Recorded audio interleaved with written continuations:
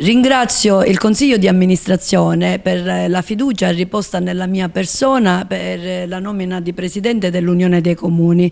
È chiaro che io ho accettato con la riserva di un'attività gestionale seria atta a verificare lo stato di questa Unione.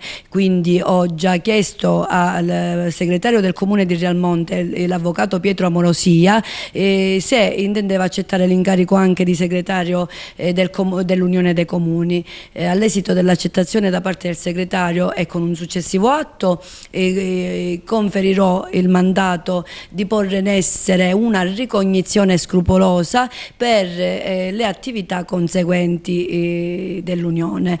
Il tentativo è quello di fare un lavoro di squadra, di crescere nella giusta direzione, come diciamo sempre, che è quella della virtù, della bellezza, ma deve tenere conto anche dell'infrastruttura, dei servizi e quant'altro possa rendere più efficienti questi luoghi e più belli, più fruibili.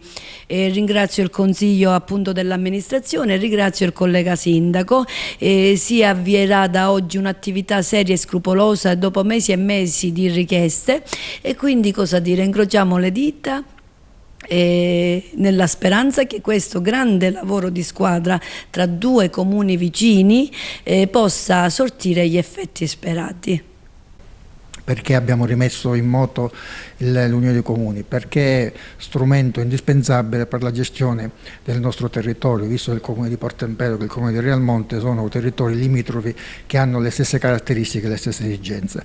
Rappresenta per noi un momento importante, visto la necessità di correre, perché abbiamo e vi sono numerosi progetti che intendiamo portare a termine e che debbono passare obbligatoriamente all'Unione dei Comuni. Quindi ci auguriamo che con il passaggio di oggi si possa rimettere in moto una locomotiva importante per questi due territori.